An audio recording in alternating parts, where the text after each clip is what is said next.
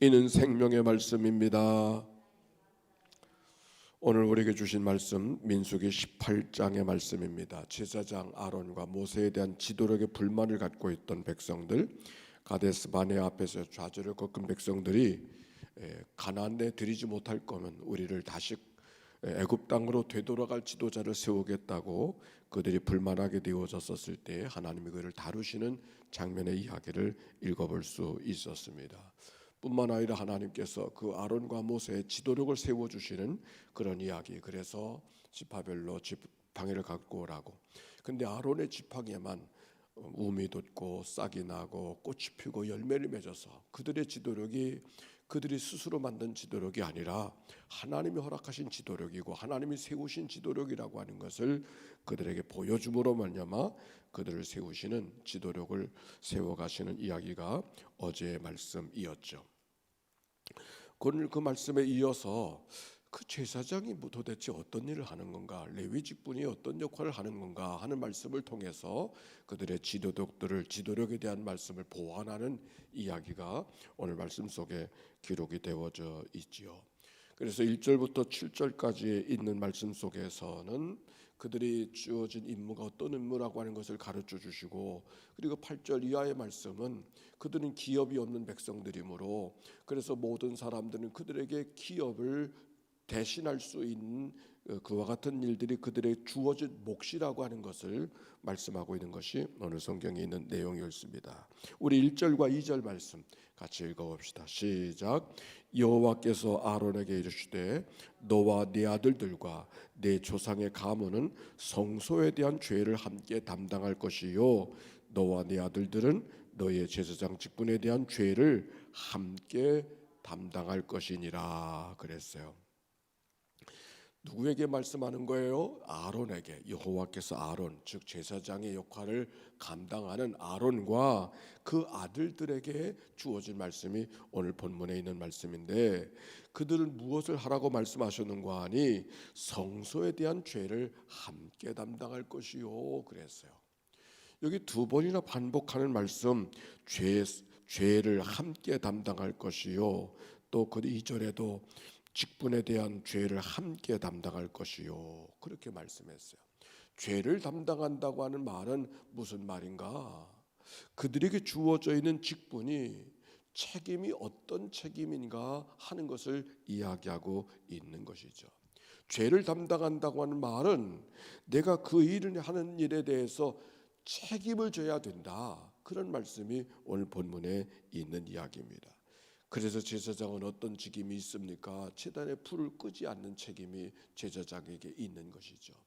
등잔의 불이 꺼지지 않는 책임을 그 제사장이 하게 되어져 있는데, 그 책임은 밤새도록 그것이 꺼지지 않게 해야 되는 일들이 제사장에게 주어진 업무이요, 주어진 직무이기 때문에 성실하게 감당하지 않으면 안 되고, 또 부지런히 감당하지 않으면 안 되고, 한순간도 한눈 팔면 안 되는 일이 제사장에게 주어진 직무인 것을 이야기하고 있는 것이죠.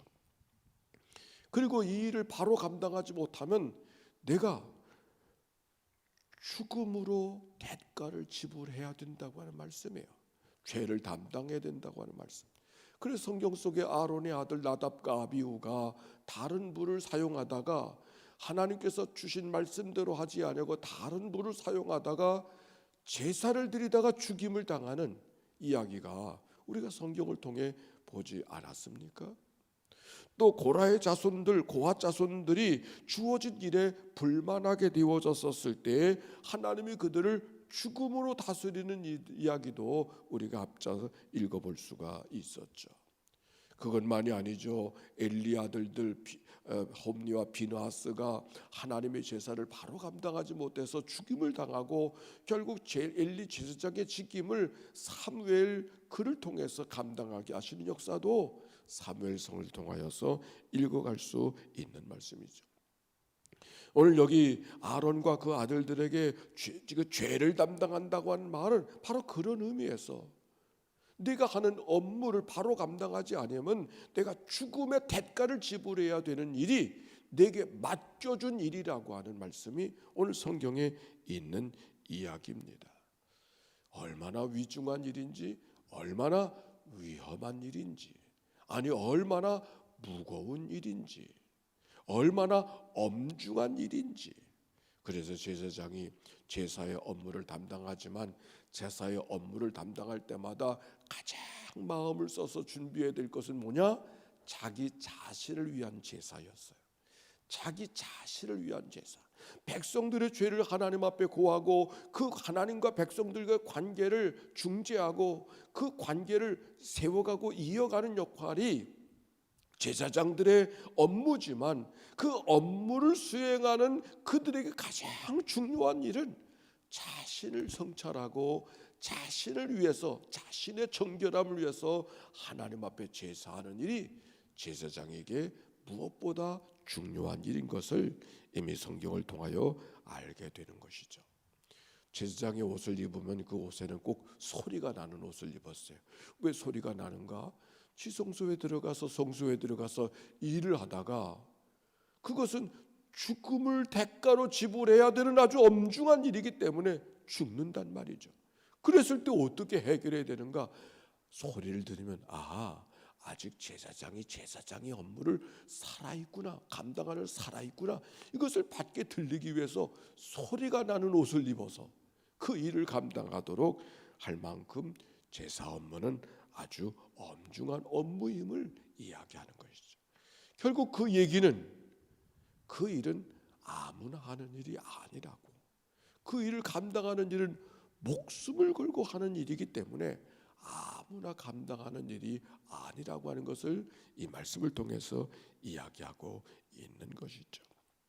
그러면서 레위인들에게 레위 지파들 너희들이 기업이었지만 그 엄중한 일을 하고 있는 제사장의 일을 너희들이 돕는 일을 하고 있는 일이라고, 너희들이 하는 일이 귀중한 일이라고 하는 것이죠. 그래서 여기 2절에 보니까 이런 말씀이 기록되어 있잖아요. 너는 내 형제 레위 지파 곧 내 조상의 지파를 데려다가 너와 함께 있게 하여 너와 네 아들들이 거의 장막 앞에 있을 때 그들이 너희를 돕게 하라. 돕는 일을 세워서 그 일을 감당하게 하시고, 3절에 보니까 레위인은 내 직무와 장막의 모든 직무를 지키려니와 성소의 기구와 제단에는 가까이 하지 못하리니 두렵건대 그들과 너희가 죽을까 하노라.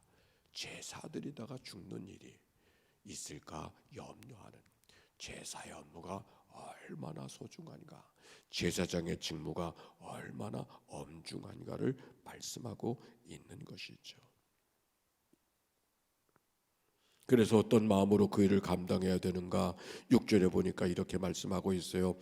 보라, 내가 이스라엘 자손 중에 너희의 형제 레위인을 택하여 내게 돌리고 너에게 선물로 주어 회막의 일을 하게 하였나니 너와 네 아들들은 제단과 휘장 안의 모든 일에 대하여 제사장의 직분을 지켜 섬기라.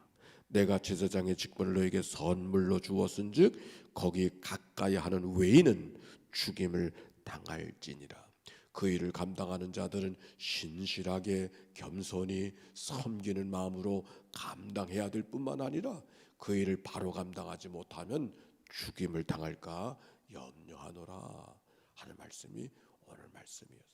이 말씀을 준비하면서 오늘 책 제목 가운데 위험한 소명이라고 하는 그런 책을 본 적이 있어서 그 책을 다시 꺼내서 무슨 내용이 있었는가를 돌이켜보게 되었습니다. 위험한 소명, 목사들에 대한 이야기를 하고 있는 거예요. 폴 트립이라고 하는 사람이 있는 이야기 속에 목사들이 3가지 오해를 하고 있다는 것이죠.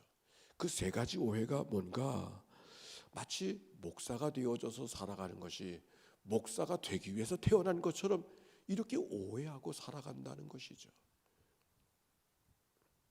하나님이 목사가 될 수밖에 없는 운명이 그에게 주어진 것처럼 살아가는 것보다 위험한 일이 없다고, 목사도 여전히 빚어가야 되는, 빚어져야 되는, 늘 공사 중이어야 되는 것도 목사의 삶인데 마치 목사의 삶을 당연하게 그렇게 고백일 수는 있어도 그렇게 운명이라고 생각하고 살아가는 그런 아주 위험한, 목사의 신학교에 가면 이런 말을 많이 해요. 목사가 되기 전에 인간이 되라 그렇게 말을. 사람 노릇을 해야지 목사가 되기 전에. 근데 똑같은 말이에요. 사람 노릇은 하지 아니하고 목사 노릇만 하려고. 이것보다 위험한 일이 없다는 얘기를 하고 있는 것이죠. 두 번째, 성경의 지식을 갖고 있는 것을 마치 신앙이 성장한 것처럼 생각하는 오해. 성경을 많이 알고 있으면 그것만큼 내 인격이 아주 높은 차원에 올라간 것처럼 그렇게 생각하는 그 오해, 그게 위험하다는 것이죠.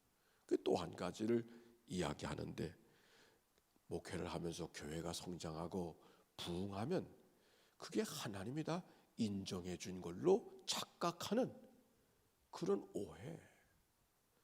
아마 이 오해가 목사가 스스로만이 아니라 교인들도 그렇게 오해하지 않아요?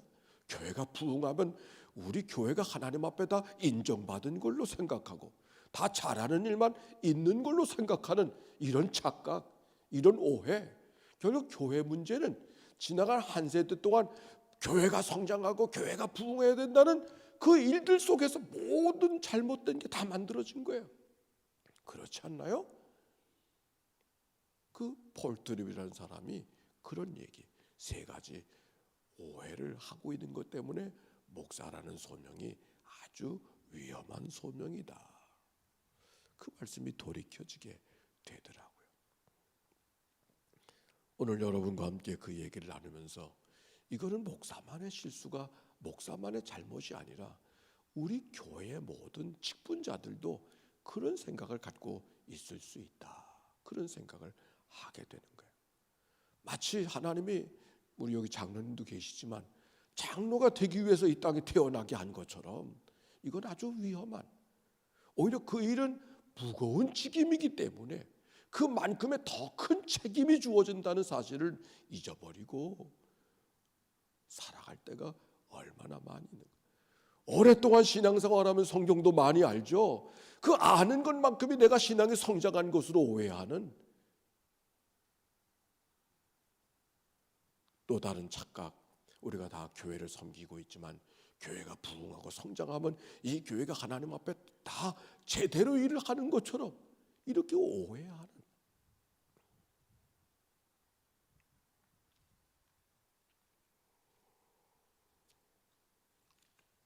화요일 저녁마다 요즘에 기도 학교를 제가 이제 줌으로 하니까 왔다 갔다 시간을 쓰지 않아도 함께하는 그 기도 모임이 있어서 화요일 저녁마다 한 2시간 반 이렇게 서로 줌에서 기도하는 자리로 만나는 모임이 있습니다. 어제도 같이 기도하면서 하는 얘기가 이런 얘기예요. 대부분이 목사거든. 그러니까 목사가 안다는 게 문제라고. 안다고 생각하니까 큰 소리하고, 안다니 하니까 자기를 성찰할 줄 모르고, 안다고 생각하니까 목소리 높이고 이렇게 살아갈 때가 너무 많다고. 이게 문제라고. 오히려 안다고 생각하는 것이 아니라 하나님 앞에 전부를 드리면서도 이것이 무엇이 하나님 앞에 합당하게 되느냐고 하는 그 겸손한 마음으로, 고백적인 언어로 하나님 앞에 살아가야 되는데 고백적인 언어를 살아가지 아니하고 안다는 생각을 갖고 다스리고 가르치려고 하는 그 마음이 목사의 병이라고. 그런 얘기도 어제 저녁에도 같이 나누었습니다. 목사만의 이야기가 아닐 거예요. 우리는 늘 스스로 넘어질 수 있는, 스스로 선자는 넘어질까 조심하라 말씀처럼 예수님도 늘 선생님이 되시면서 제자들의 발을 씻겨주시면서 섬겨주는 삶을 살았던 것이 예수님의 삶인 것처럼 제사장의 업무, 제사의 직무가 귀한 일이지만 귀한 일이니까 너희들은 하지 마라 이런 일이 아니고 오히려 이 일을 맡겨주었다고 하는 사실에 너무 감격해서 감사해서, 아니 무거운 마음으로, 아무도 대신할 수 없는 거니까 더 무거운 마음으로 감당해야 되는 것이 주어진 직무라고 하는 이 믿음의 고백을 갖고 겸손한 몸짓으로 살아가야 되는 것이 제사장의 업무요. 거의 8절 이하에부터 말씀 속에는 레위인들에게 드려질 11조 처음 난 것들, 가장 아름다운 것, 가장 귀한 것, 가장 좋은 것을 드리라고 이야기하는 말씀은 제사장의 특권, 레위인의 특권을 이야기하려고 하는 것이 아니라 딴 거는 신경 쓰지 말고, 다른 건 신경 쓰지 말고, 먹는 거 신경 쓰지 말고 내게 주어진 업무만 최선을 다해서 한눈 팔지 말고 감당하라, 그 말씀인 것이죠.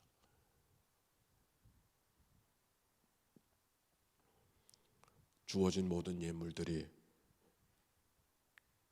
주어진 분깃으로 찾아오지만 주어진 것임을 알게 될 때 더 겸손히 하나님 앞에 맡겨주신 책임을 감당할 수 있고 하라고 하는 말씀이 오늘 본문에 있는 말씀인 것을 기억하고, 죄를 함께 담당할 것이라고 하는 이 말씀, 우리 모두가 다 하나님 앞에 주어진 직분을 어떻게 감당해야 될 것인가 겸손한 마음으로 감당해야 된다고 하는 믿음의 고백을 갖고 오늘 하루를 주님 앞에 맡기고 살아가는 복된 하루, 이 날이 되시기를 바랍니다.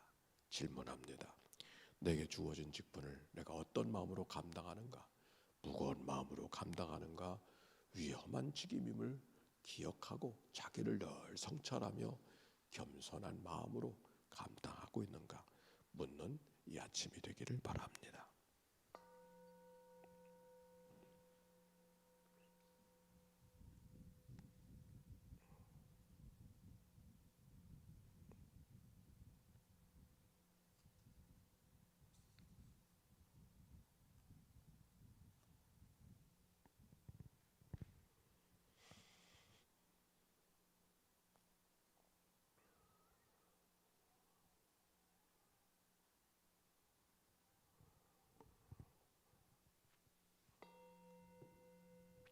하나님 아버지, 감사합니다. 단잠을 깨워주시고 또 새날을 주셨습니다. 하루하루 살아가는 우리의 삶이 어제의 반복이 아니라 새날 주신 하나님 앞에 새로운 마음, 새로운 뜻을 갖고 하루를 살아가는 저희들 되게 해 주옵소서. 제사의 업무를 감당하는 아론과 그 자손과 레위 지파들에게 주셨던 말씀을 엄중하게 듣습니다. 죄를 함께 담당할 것이라고 하는 이 하나님의 말씀, 목숨을 걸고 감당해야 될 하나님의 일들임을 말씀해 주십니다. 무거운 책임이 그 안에 있음을 고백하게 하시고 무슨 일을 감당하든지 소홀히 여기지 아니하고 우리가 하나님 앞에 그리스도로 살게 하시고 여러 가지 직분들을 허락해 주셨습니다. 이 직임이 얼마나 귀중한 것인가를 기억하는 우리 모두가 되게 해 주시옵시고, 하나님 앞에 서게 되는 날 5달란트 받은 자로 무거운 책임이 하나님 앞에 서게 될 것임을 고백하며 오늘을 살아가는 저희들 되게 하여 주시옵소서.